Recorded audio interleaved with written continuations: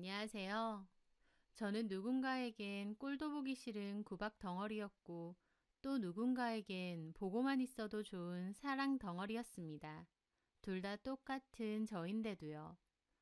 한때 잘못 맺은 그 인연으로 깊은 마음의 상처를 받았고 그 상처는 죽을 때까지도 잊혀지지 않겠다 생각했었습니다. 더불어 내가 그렇게 가치 없고 별로인 사람인가 자괴감도 들었고요. 하지만 또 다른 인연으로 인해 저는 제 스스로가 얼마나 귀중하고 가치 있는 사람인지 깨닫게 되었습니다. 극과 극의 인연을 만났던 제 사연 들어보시겠어요? 저는 한 친구의 영어 과외 자리로 그 남자를 소개받게 되었습니다. 저는 영어 강사를 하고 있었고 그 친구는 회사 취업 준비 중이라면서 영어 시험 관련 점수가 필요하다고 했었거든요. 그래서 제가 따로 주말에 과외식으로 도와주기로 하면서 그 남자와의 인연이 시작된 겁니다. 수업이 있을 때면 늘 커피를 사왔고 수업이 끝나면 꼭 같이 뭐 먹으러 가자느니 어디 좋은 곳이 있는데 가봤냐느니 이것저것 잘 물어봤어요. 저도 알았죠. 이 남자가 저한테 관심이 있다는 것을요. 저도 싫지는 않았습니다. 연하를 만나본 적은 없지만 외모도 그렇고 말투도 그렇고 딱히 연하 같은 느낌은 별로 없었거든요. 오히려 좀 저를 리드하는 느낌이 많이 들었죠. 나쁘지 않았던 저도 초반엔 거절을 하다가 나중에 몇 번 만나게 되었어요. 그러면서 자연스럽게 사귀게 되었고요.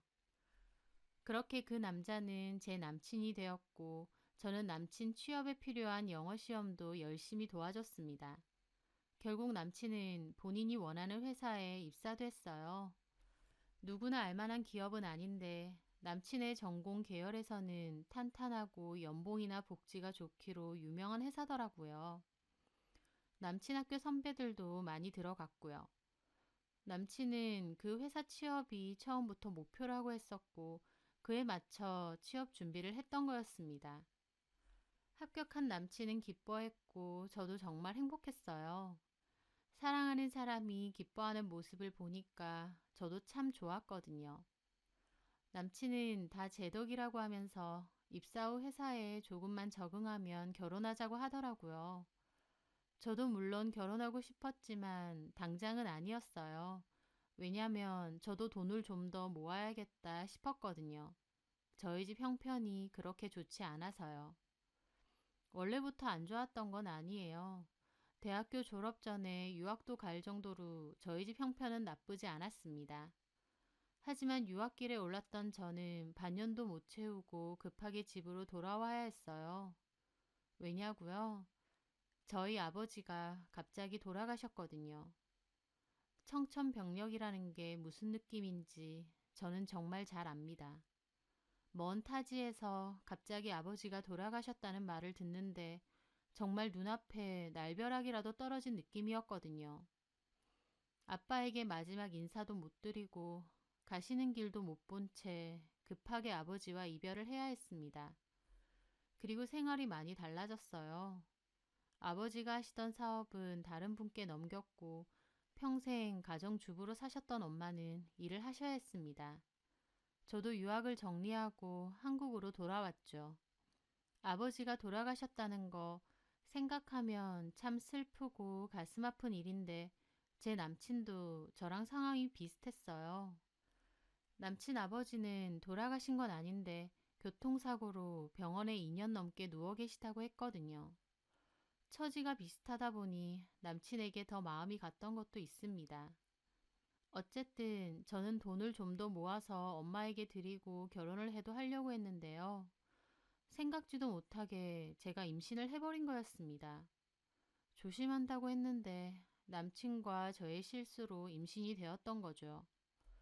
남친은 그 김에 결혼을 하자고 했고 저도 아이가 생겼으니 결혼을 해야겠다 생각했어요. 그런데 저는 남친 어머님이 저를 그렇게 싫어하실지 몰랐습니다. 제가 임신을 한 상태이고 남친은 저 아니면 죽는다고 난리를 치니까 어쩔 수 없이 허락은 하셨지만 제가 마음에 안 든다는 티를 많이 내셨거든요. 이제 연봉 탄탄한 회사도 들어갔겠다. 좋은 혼처자리 찾아주려고 했는데 갑자기 제가 남친을 낚아챘다고 하시면서요. 어머님은 제가 남친보다 나이가 많은 것과 저희 집 형편이 어려운 것, 그리고 제가 평범한 입시학원 강사라는 것도 다 마음에 안 들어 하셨어요. 솔직한 말로 뭐 하나 마음에 드는 구석이 있어야지. 거기다가 아버지는 돌아가시고 어머니랑 산다며? 설마 우리 오석이가 결혼해서 장모 생활비까지 대줘야 되는 거니? 어머님은 남친 없는 자리에서 저렇게도 말하셨습니다. 저는 어머니도 일을 하고 계시고 집도 있으셔서 그런 일은 없다고 말씀드렸어요. 에휴, 갑자기 애를 만들어 왔으니 결혼을 시키겠다만 좀 그렇네. 너도 나중에 자식 키워보면 내 심정 알 거다. 아들 잘 키워놓고 애먼 여자가 낚아채는 기분. 저는 아무 말도 할 수 없었어요. 하지만 어머님의 심정도 이해를 하면서 내가 그만큼 노력해서 어머님 눈에 들 수 있도록 해야겠다 생각했죠. 하지만 애초에 제가 노력한다고 되는 일은 아니었던 것 같아요.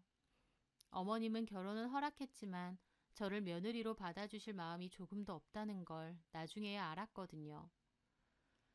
제가 임신 4, 5개월 정도쯤이라 배가 많이 부른 것도 아닌데도 어머님은 제 배가 너무 나왔다며 결혼식은 나중에 올리자고 하셨어요.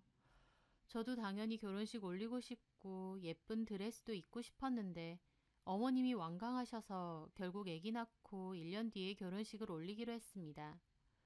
그리고 집을 얻어서 거기서 신혼살림을 차렸는데 시댁과는 10분 정도의 거리일 정도로 가까웠어요. 결혼하고 나니 어머님은 매일 안부 인사도 하라고 하시고 또 오석이 뭐 먹이는지 아침밥 사진도 찍어서 보내라고 하셨습니다. 제가 아침은 잘 안 먹는다고 하니까 나무라시면서 너는 안 먹어도 내 아들은 잘 챙겨 먹이라고 하셨거든요. 그리고 저를 못 믿겠으니 사진 찍어서 문자로 보내라고도 하시고요. 그뿐만이 아닙니다. 결혼 기념으로 어머님 친구분들을 집에 초대할 테니 음식 준비 제대로 하라고 하시더라고요. 저는 임신 중이라 걱정이 됐는데 어머님은 예, 원래 임신 중반 되면 안정기야. 애 핑계 대지 말고 하기 싫으니? 아니요, 어머님. 며느리 들였는데 친구들한테 그 정도 대접도 안 되겠어? 아닙니다. 제가 준비해 보겠습니다. 그렇게 저는 장을 본 후 어머님 집에서 음식을 준비했어요. 음식 가짓수도 많고 요리가 손에 익지 않다 보니 땀을 뻘뻘 흘리며 준비를 했죠. 그런데 음식을 드시는 어머님 친구분들이 다 표정이 별로 안 좋으시더라고요. 너네 며느리 별로 좋은 솜씨는 아니네. 그러게 오석이 맛있는 음식 먹기는 글렀다. 그러면서 자기들끼리 막 웃으시더라고요.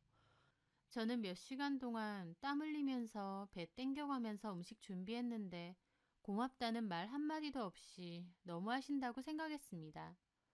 돌이켜 생각해보면 다 어머님이 친구분들한테 그러라고 시키신 것 같지만요. 역시나 친구분들 돌아가시고 어머님은 저한테 타박을 하셨어요. 아, 내가 창피해 진짜. 아까 얘기 들었지? 네. 음식 맛도 맛이지만 어디서 그런 싸구려 음식 같은 것만 준비해? 그런 것만 먹고 자랐니? 내가 창피해서 정말. 죄송합니다. 저는 그날 집으로 돌아와서 며칠이나 끙끙 앓았습니다. 너무 긴장하며 음식을 한 탓에 몸살이 왔거든요. 정말 힘들었어요. 하지만 몸보다는 마음이 참 서글프고 슬펐습니다. 어머님은 자기는 직업 좋은 며느리가 좋다는 소리를 잘하셨어요. 아, 그때 밥 먹으러 온 내 친구 순영이 걔 며느리는 약사잖아. 그리고 그 옆에 있던 수미, 걔 며느리는 교사 아니야. 얼마나 직업들이 좋아? 저는 아무 말도 하지 못했습니다. 남편도 딱히 별말 없었고요. 나도 직업 좀 탄탄하고 좋은 며느리 드리고 싶었는데 교사 이런 직종은 임신하고 들어앉아도 돈이 나오잖아, 월급. 근데 어머님은 저를 고깝게 보시더라고요. 너 다녔던 학원 그런 데는 그런 거 없지? 네. 누구는 보기 좋아서 며느리도 잘 얻고 저는 정말 그때 너무 힘들었습니다. 든든하고 듬직할 것 같던 남편도 제 편은 아니었어요. 어머님이 그러시면 자기 일 아닌 양 모른 척 있었고요. 게다가 그런 일로 남편과 싸움이 잦아지면서 부부 사이도 엄청 틀어졌습니다. 남편은 저랑 얘기도 하기 싫다면서 툭하면 집을 나가서 시댁에 가서 잔다고 했어요. 분명 저보다 어려도 어른스럽고 듬직한 사람이라고 생각했는데 막상 결혼해보니 완전 마마보이였습니다. 또 어머님이 그러시니 본인도 저에 대한 애정이 갈수록 없어지는지 나중엔 대놓고 저를 찬밥 취급하더라고요. 참 힘들었는데, 다시 미안해. 참 힘들었는데, 그래도 뱃속에 아이가 태어나면 어머님도 남편도 다 좋아질 거라고 미련하게 믿었습니다. 그런데요, 그 아이마저도 유산됐습니다. 어머님이 김치 좀 담그라고 하시면서 저를 불렀어요.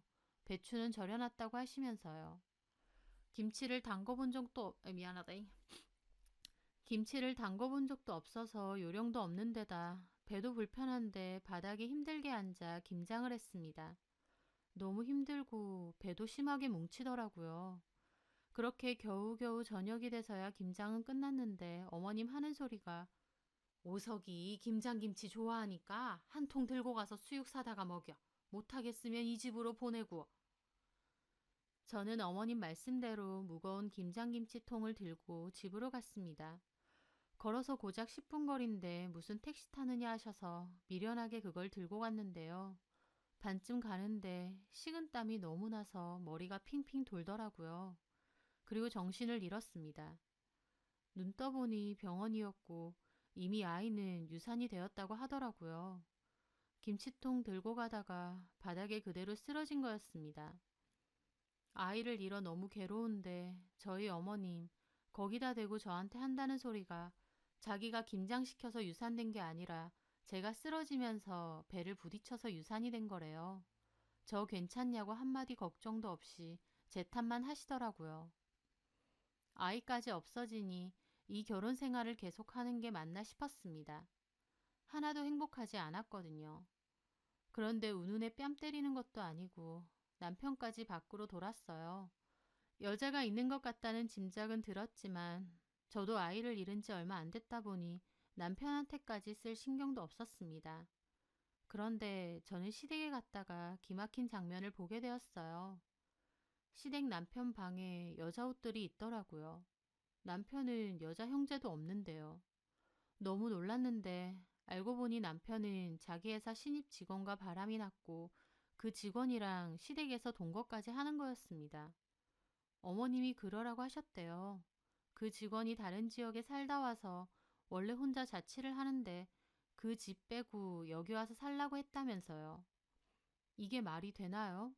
결혼한 아들이 바람 피는 걸 묵인하는 것도 모자라 아예 방까지 내주면서 같이 살라고 했다니요. 너무 기막힌데 더 기막힌 건요. 어머님은 그 여자를 마음에 들어 하신 거였습니다. 오석이랑 같은 회사 다니잖아. 거기 연봉이 얼마나 괜찮은데. 게다가 들어보니 아버지는 고향에서 큰 공업사랑 세차장을 운영하신다더라고. 친정도 빵빵한 거지. 누구랑은 참 비교되게. 어머님, 그래도 이건 아니죠. 어떻게 결혼한 아들 바람피는 걸 적극적으로 도우실 수 있어요?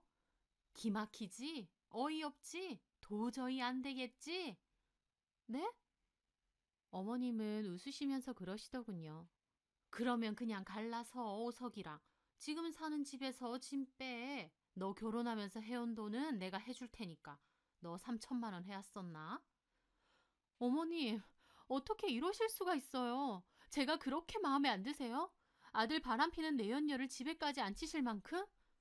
어, 주영이 걔는 직업도 괜찮고 형편도 나쁘지 않아. 거기다가 우리 아들보다도 2살이나 어리고. 어머님은 노골적으로 내연녀가 더 마음에 든다는 말을 하셨어요. 그리고 남편도 제 눈치 안 보고 행동하더라고요. 저 몰래 저희 집에서 자기 짐 하나도 남김없이 싸들고 다시 시댁으로 들어갔거든요. 남편까지 집을 나가고 저는 눈앞이 정말 까마득했습니다. 어떻게 해야 하나 정말 억울하고 황망하고 너무 비정상적인 행동을 하니까 저까지도 이성적인 판단이 안 되더라고요. 그런데 남편과 제 헤어짐에 쐐기를 박는 일이 따로 있었습니다. 남편이 집을 나가고 2주 정도 지났을 때였어요. 처음 남편에게 과외자리로 저를 소개해줬던 그 친구가 연락이 왔어요. 어떻게 된 거냐고요. 갑자기 무슨 말이냐고 하는데 그 친구 한다는 소리가요. 오석이 아버지, 그러니까 너네 시아버지 돌아가셨잖아. 나 빈소 갔다 왔어. 저는 이게 무슨 소린가 했어요. 갑자기 아버님이 돌아가셨다니요. 뭐? 몰랐어? 전혀 몰랐어. 도대체 이게 무슨 일이야? 나도 지방에 있어서 이틀 전에 연락받고 어제 겨우 갔거든.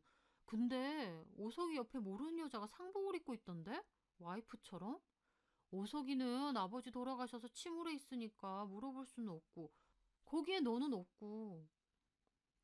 저는 그 자리에 주저앉았습니다. 병원에 누워 계시던 아버님이 갑자기 돌아가신 건데 제가 아닌 그 내연녀가 상복을 입고 아내 행세, 며느리 행세를 한다뇨. 저는 거기가 어디냐고 했는데 친구는 자기가 마지막 날 간 거였다며 상은 다 끝났을 거라고 하더라고요. 저는 다음날 시댁으로 갔고 마침 집에 혼자 있던 남편과 정말 심하게 싸웠어요. 남편도 이미 저를 보는 눈이 동태눈이 된 지 오래더라고요. 제 존재를 몹시 귀찮아하고 꼭 어머님이 저를 대하듯 차갑게 대했습니다. 어떻게 이럴 수가 있어? 아버님 돌아가셨다며. 그래, 아빠 돌아가시고 힘들어 죽겠는데 왜 난린데? 아버님이 돌아가셨는데 왜 나는 안 불러? 게다가 내 자리에 그 여자가 있었다며? 미쳤어 정말? 진짜 골 아프다. 나 좀 쉬게 냅두면 안 되냐?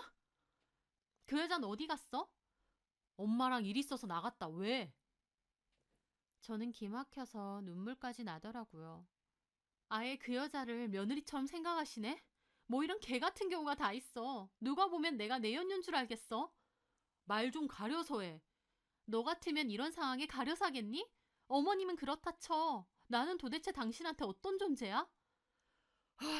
나 상 치렀다고. 이런 소리 하는 것도 이제 싫다고. 너나 너네 엄마나 진짜 징그럽다. 그럼 나가면 되잖아. 내가 순순히 나가주라고? 왜? 나 좋다고 결혼하자고 할 땐 언제고? 내가 그땐 제정신이 아니었나 보지. 엄마 말 들어보니까 틀린 말 하나 없어. 나보다 나이도 많고 조건도 별로인 너를 내가 왜 좋아했는지 몰라. 그때 엄마가 반대할 때 말 들었어야 되는데. 솔직히 결혼하고 진짜 지긋지긋했다. 엄마는 너 마음에 안 들어 하지. 너는 집에 와서 힘들다고 징징거리지. 이래서 반대하는 결혼하는 거 아니라고 했는데 내가 미쳤지. 지금 주영이는 엄마도 좋아하시고 얼마나 밝고 싹싹한 줄 알아? 너랑 천지 차이야. 그 말을 듣는 저는 정말 하늘이 무너지는 것 같았습니다. 사랑하고 아이까지 가져서 결혼한 남편에게 저런 말을 듣는다는 게 얼마나 비참하고 괴롭던지요. 애 잃은 지 얼마나 됐다고 바람피고 시댁에 불러들이고 거기다가 아내 행세까지. 나 절대 이혼 안 해줘. 너랑 그 여자는 불륜일 뿐이야. 그 말에 남편은 코웃음을 쳤습니다. 미안한데 솔직히 상관없어. 뭐? 우리 부부 아니야. 나 혼인신고서 작성 안 했거든. 저는 이건 또 무슨 말인가 했습니다. 결혼 승낙 받았을 때 남편이 저한테 혼인신고 작성하고 온다고 저한테 필요한 거 자기한테 달라고 했거든요. 그런데 안 했다는 겁니다. 왜? 엄마가 일단 그건 하지 말래서 안 했어.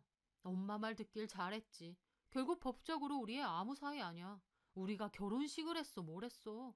우린 청첩장 하나 없는 사이야. 그냥 잠깐 동거한 것 뿐인 거야. 저는 너무 분노가 차올라 남편 뺨을 때렸습니다. 남편은 화난 얼굴로 그러더군요. 내가 한 대는 맞아준다. 집에서 네 짐 다 빼. 우린 이제 진짜 끝이니까. 나 너무 피곤하고 힘들거든. 좀 가라 이제.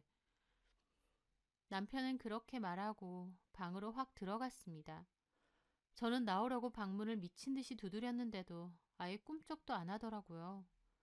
저는 눈물을 흘리며 집으로 돌아왔어요. 너무 힘들고 비참하고 그냥 콱 창문에서 떨어져서 죽고 싶을 만큼 괴로웠습니다.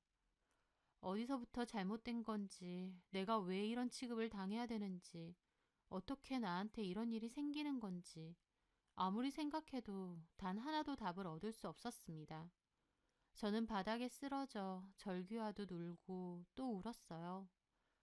결론적으로 그 후 저는 그 남자와 헤어졌습니다. 너무 억울하고 분해서 어떻게든 뭐라도 하고 응징도 하고 싶었어요. 하지만 저희 엄마가 그냥 아무것도 하지 말자고 하더라고요. 그냥 미친 개한테 물렸다 생각하고 다 털어버리라고요. 소송 걸고 증거 찾고 법적으로 다투면 또 몇 년 걸릴 수도 있는데 그러면 더 힘들고 괴로워질 수도 있고 그렇게 시간을 보내면 제가 더 힘들 거라고요. 저도 너무 마음이 지쳐있고 그냥 그런 쓰레기 같은 집에서 빠져나왔으니 됐다고 좋게 생각하자며 다 잊기로 했습니다. 그렇게 저는 다시 영어 강사 일을 시작했고 엄마와 살고 있을 때였어요. 하루는 집 근처의 식당에 엄마랑 가게 되었습니다. 그런데 거기서 재수씨! 누가 엄마를 보며 아는 척을 해서 보니 저희 아버지 친구분이셨어요. 어머, 안녕하세요. 오랜만에 뵙네요. 그러게요. 어떻게 이런 데서 다 봅니까? 아빠 친구분은 그러면서 저를 보시더라고요. 현정아, 오랜만이다. 안녕하세요. 그래, 너는 더 예뻐졌네. 엄마 모시고 식사하러 온 거야? 네. 아이고야, 미안해. 약속 있으신 거예요? 이 근처에 일 있어서 왔다가 간단하게 식사나 하고 가려고요. 식사 안 하셨으면 저희랑 같이 드시면 되겠네요. 아, 그럼 그럴까요? 그렇게 오랜만에 뵌 아빠 친구분과 식사를 하게 되었어요. 아빠 살아계실 땐 한 번씩 보던 사이인데 돌아가신 후에는 처음 뵌 거였습니다. 이런저런 얘기를 하시다가 다시 미안. 이런저런 얘기를 하다가 아저씨는 현정이 결혼했고? 저는 그 말에 어떻게 대답해야 하나 했는데 엄마가 아니요. 그냥 그러시더라고요. 저도 아무 말 안 했습니다. 그렇구나. 남자친구는 있고? 아니요. 규민이는요? 결혼했죠? 규민이는 명규 아저씨의 아들이거든요. 저랑도 몇 번 봤고요. 아저씨가 그러시더라고요. 실은 규민이는 한 번 갔다 왔습니다. 어머, 그래요? 예, 1년도 못 살고 헤어졌어요. 규민이 참 괜찮은데 인연이 아니었나 보네요. 저랑 아내랑 적극적으로 시킨 결혼이었거든요. 조건도 좋고 괜찮았는데 정작 규민이는 아니었나 봐요. 남남처럼 지내다가 결국 헤어졌어요. 그런 거 보면 본인 좋다는 사람하고 결혼하는 게 맞아요. 그렇죠. 엄마는 씁쓸해 보이시더라고요. 아저씨는 저를 보면서 그러시는 거예요. 실은 규민이가 현정이 참 좋아했었는데. 저는 깜짝 놀랐어요. 아, 그래요? 오, 너도 규민이 만나면 잘 지냈잖아. 몇 번 안 봤는데요, 뭐. 그래도 규민이가 너 좋아했던 것 같은데. 갑자기 현정이 유학 가고 그 외 아버지 그렇게 되면서 우리도 거의 왕래 없이 살았으니 이렇게 우연이라도 봤으니 한 번씩 보고 지냅시다. 저희 엄마는 웃으면서 고개를 끄덕이시더라고요. 나중에 식사 끝나고 가는 길에 아저씨는 제 번호를 물어보시면서 다음엔 규민이도 같이 보자고 하셨어요. 저는 그냥 하시는 인사 정도로 생각하고 알겠다고 했는데 그 후 며칠 뒤에 정말 아저씨가 전화가 오셨습니다. 규민이한테도 말하니 반가워하더라면서 괜찮으면 같이 밥 한 끼 먹자고요. 저도 좋다고 했는데 저희 집 앞으로 기사분이 운전하는 차를 한 대 보내주시더라고요. 편하게 오라면서요. 저는 좀 놀랐고 그런 일은 처음이라 어안이 벙벙했는데 일단 차를 타고 약속 장소로 갔습니다. 엄청 고급스러워 보이는 한정식 집이더라고요. 거기서 아저씨랑 규민이도 다시 만나게 되었어요. 예전엔 잘 지냈어도 시간이 많이 지난 뒤 이렇게 보니 조금 쑥스럽기도 했는데 규민이는 오히려 웃으면서 편하게 이런저런 얘기를 잘 하더라고요. 그렇게 식사를 마치고 다 함께 차 한잔하고 집에 가기로 했는데 아저씨는 갑자기 회사에 일이 생겼다며 들어간다고 하시더라고요. 아, 그러면 들어가 보세요. 오늘 밥 너무 잘 먹었습니다. 아니야, 그러지 말고 규민이랑 둘이서 차 한잔 하고 가. 예? 내가 불렀는데 미안하잖아. 규민아, 현정이 데리고 좋은 데 가서 커피 마시고 데려다 줘. 예, 아버지.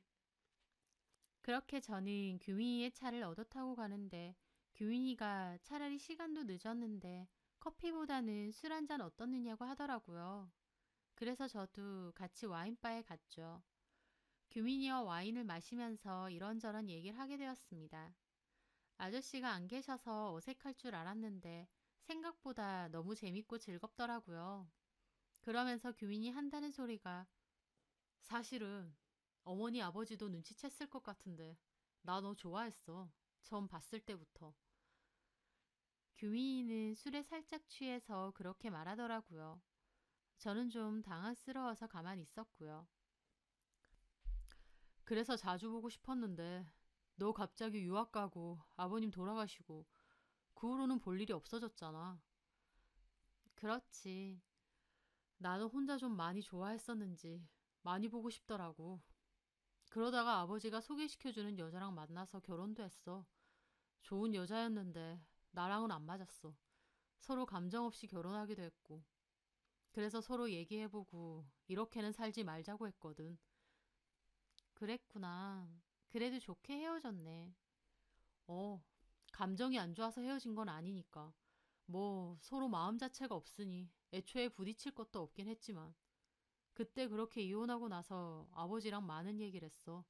나 부모님 말씀 잘 듣는 착한 아들인 건 맞는데 결혼은 언젠가 내가 좋아하는 사람이 생기면 그 사람이랑 하겠다고.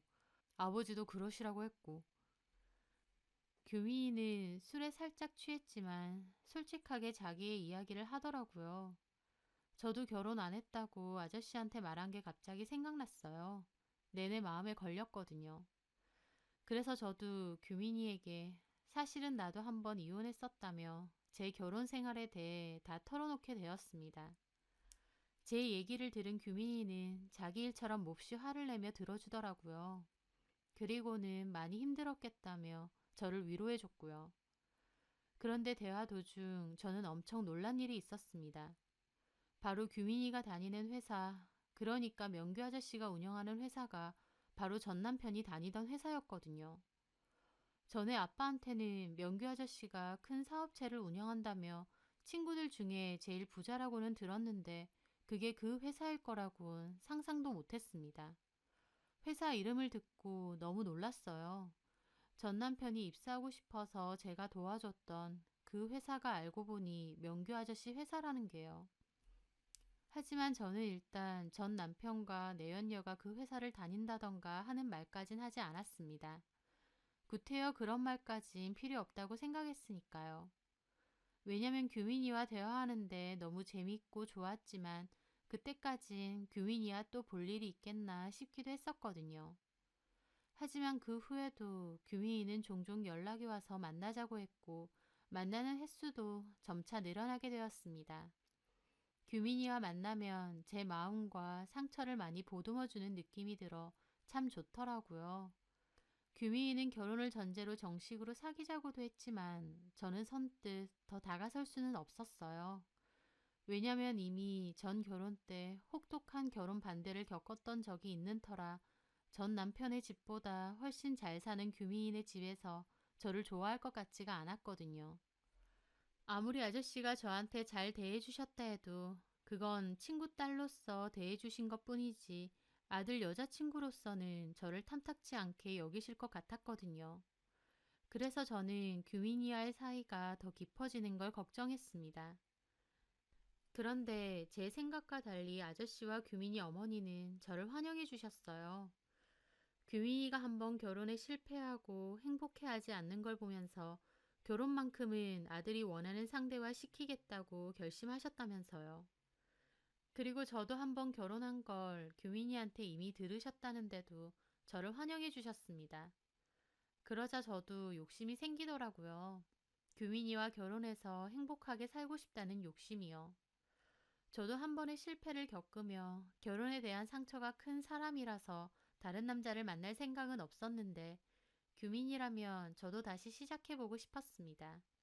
그만큼 서로 많이 좋아했고 마음도 많이 깊어졌거든요. 규민이도 결혼을 다시 한다면 꼭 저랑 하고 싶다고 했고요. 그렇게 저희는 좋은 만남을 가져오다가 결국 결혼까지 하게 됐습니다. 혹시라도 규민이네 어머니가 사실은 저를 싫어하시거나 못마땅해 하시더라도 그래서 후회하는 한이 있더라도 그래도 결혼을 하고 싶다는 생각이 있었어요. 그렇지 않으면 제가 더 후회할 것 같았거든요. 하지만 막상 결혼하니 어머님도 아버님도 다 너무 잘해주시더라고요. 제 고민이 무색할 만큼요. 남편이 된 규민이와도 더 안정적으로 잘 지냈고요. 아, 결혼 생활의 행복함은 이런 거구나. 비로소 느꼈던 것 같습니다. 규민이도 똑같이 저에게 말을 했고요. 그렇게 행복한 하루하루를 보내며 지난날의 상처는 점차 희미해져 갈 때였습니다. 아버님이 창립 20주년 기념으로 큰 행사를 열었거든요. 직원들 그리고 직원들 가족까지도 불러서 식사도 하고 기념식도 하는 거였습니다. 저는 회사 사람들이 온다고 생각하니 그제야 전 남편이 떠오르더라고요. 같은 회사다 보니 혹시나 마주칠 수도 있다는 생각이요. 하지만 직원이 많다 보니 마주치기가 쉽지 않을 거라는 생각도 들었습니다. 그렇게 어머니와 함께 행사날 연회장으로 가게 되었어요. 아버님의 창립 기념사 발표를 시작으로 시작된 식순이 다 끝난 후 식사도 하고 저마다 자유로운 시간을 가질 때였죠.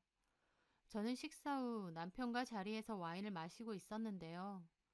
우연히 고개를 돌리다가 깜짝 놀랐습니다. 왜냐면 거기에는 전 남편과 전 시모가 저를 가리키며 보고 있었거든요. 표정이 정말 놀란 얼굴이었습니다. 제가 맞는지 확인하러 온 것 같았어요. 저도 당황은 했지만 그냥 모른 척하고 있었습니다. 그냥 서로 모른 척 지나갔으면 좋겠다 생각했는데요. 그런데 제가 그 후에 화장실을 가려고 하는데 갑자기 누가 제 팔을 확 당기더라고요. 쳐다보니 전시모였습니다. 맞지, 너! 저는 팔을 확 뿌리쳤어요. 함부로 왜 잡으세요? 전시모는 저를 위아래로 훑더라고요. 세상에 완전 달라졌네. 딴 사람 같아. 못 알아볼 뻔했다. 어떻게 이런 데서 다시 보니? 오랜만에 전시모의 얼굴을 보니 그때의 감정이 떠오르면서 짜증도 확 솟구쳤습니다. 그런데 잠시 후에 전 남편도 오더라고요. 네가 여기 왜 있어? 왜 대표님이랑 이사님 옆에 네가 있냐고. 무슨 상관이야? 왜 상관이 없어? 도대체 무슨 사이인 건데? 저는 따지듯 물어보는 전 남편과 전 시모를 보며 말했죠. 너는 우리 아버님 회사에서 일하면서 나한테 이렇게 반말해도 돼? 아버님? 며느리? 우리 대표님 며느리가 너라고? 그래. 그럼 김 이사님이 재혼했다는 여자가 너야? 그래. 김규민 이사님이 내 남편이야. 제 말에 전시모도 기함하더라고요. 세상에, 네가 어떤 애인 줄 알고도 너랑 결혼을 시키셨어? 저는 그 말에 코웃음을 치며 말했죠. 제가 어떤 앤데요? 결혼해서 애까지 가진 애잖아. 그런 거 다 아시니? 정말 끝까지 치졸하더라고요. 혼인신고도 결혼식도 안 했으니 결혼한 거 아니라고 할 땐 언제고요. 가만히 전 남편 얼굴을 보는데 내가 이 찌질이랑 그렇게 헤어진 게 천만 다행이구나 싶었습니다. 저희 시부모님도 다 아세요. 다 알고도 너 같은 걸 받아줬단 말이야? 이런 집에서? 저도 화가 나서 그랬죠. 그러게요. 다 알고도 이런 집에서 저 좋다고 며느리로 받아들여 주시네요. 받아들여 주시는 정도가 아니고 저 엄청 예뻐하고 잘해주세요. 근데 웃기죠? 이런 집에서도 저를 이렇게 좋아해 주시는데 정작 쥐뿔도 뭣도 없는 집에선 시댁이라는 이유로 저 멸시하고 괴롭히고 임신한 사람한테 손님 대접 음식 만들어라 김장해라 무거운 김장통 들고 가라 그러다가 결국 유산까지 시키고 생각할수록 진짜 사이코 같은 집이에요. 그 집에서 나온 거 제 인생에서 제일 잘한 짓이거든요. 뭐야? 너 말 다 했니? 사이코? 사이코라고 말한 거면 양반이죠. 세상에 아들이 바람피는 내연녀를 시어머니가 나서서 동거시키는 것도 모자라서 상복 입혀서 며느리 행세까지. 근데 그 잘난 내연녀는 어디 갔어요? 제가 그러고 있자 저 멀리서 저희 남편이 저를 발견하고 오더라고요. 전 남편은 저한테 열을 올리다가 제 남편이 막상 오니까 인사를 하더라고요. 안녕하십니까, 이사님? 네. 남편은 어리둥절한 얼굴로 저를 봤습니다. 여보, 여기서 왜 이러고 있어? 이분들 아는 분이셔? 저는 남편에게 말했죠. 내가 말했었지. 나 그렇게 괴롭히던 전 남편이랑 그 시어머니, 이 사람들이야. 제가 대놓고 말하자 전 남편과 전 시모는 입이 뜨악하더라고요. 그리고 남편도 놀라서 쳐다보고요. 우리 회사였어? 살면서 마주칠 일이나 있을까 해서 말 안 했는데 이런 데서 딱 마주치네. 나더러 너 같은 게 어떻게 이런 집으로 시집 갔냐고 그래. 내가 아직 자기 며느린 줄 아나 봐. 제 말에 남편은 눈을 부라리며 전시모를 쳐다봤습니다. 이 사람한테 진짜 그렇게 말하셨어요? 예? 전시모는 저한테 그렇게 막말하고 하더니 아들이 다니는 회사 사주 아들인 제 남편 말에는 아무 말 못하더라고요. 부서가 어떻게 됩니까? 성함은요? 남편은 인상을 쓰며 전 남편에게 묻더라고요. 예? 구매팀 이호석 대리입니다. 이호석 대리? 남편은 전 남편을 위아래로 훑어보더라고요. 그러면 그 바람 폈다는 여자도 같은 구매팀? 그 말에 전 남편은 그런 말까지 했냐는 얼굴로 뜨악하며 저를 보더라고요. 그러더니 완전 찌질하게 아, 아니요. 헤어졌습니다. 회사는 그만뒀고요. 저는 그 말에 코웃음 치며 말했죠. 아니 왜 헤어져? 천년만년 살 것처럼 굴더니. 그래서 시댁에서도 살았잖아. 그리고 어머님, 그 여자한테 며느리 행세도 시키셨잖아요. 너무 마음에 든 며느리라면서. 왜요? 막상 진짜 며느리 되니까 눈에 안 차서 괴롭히셨어요? 저한테 했던 것처럼.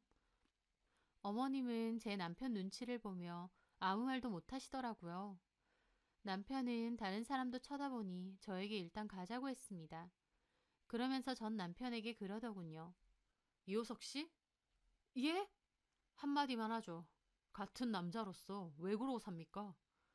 마음에 안 들면 헤어지자고 하고 다른 사람 만나던지 자기 엄마 뒤에 숨어서 참 비겁하네요.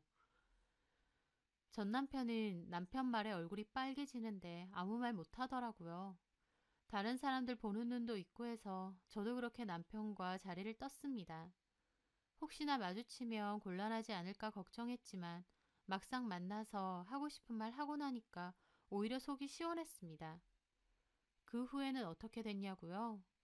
저희 남편이 따로 전 남편에게 어떻게 한 것도 아닌데 전 남편은 알아서 회사를 그만뒀습니다. 그때 저희가 나눈 대화를 다른 사람도 들었는지 사내에는 소문이 돌았다고 하더라고요.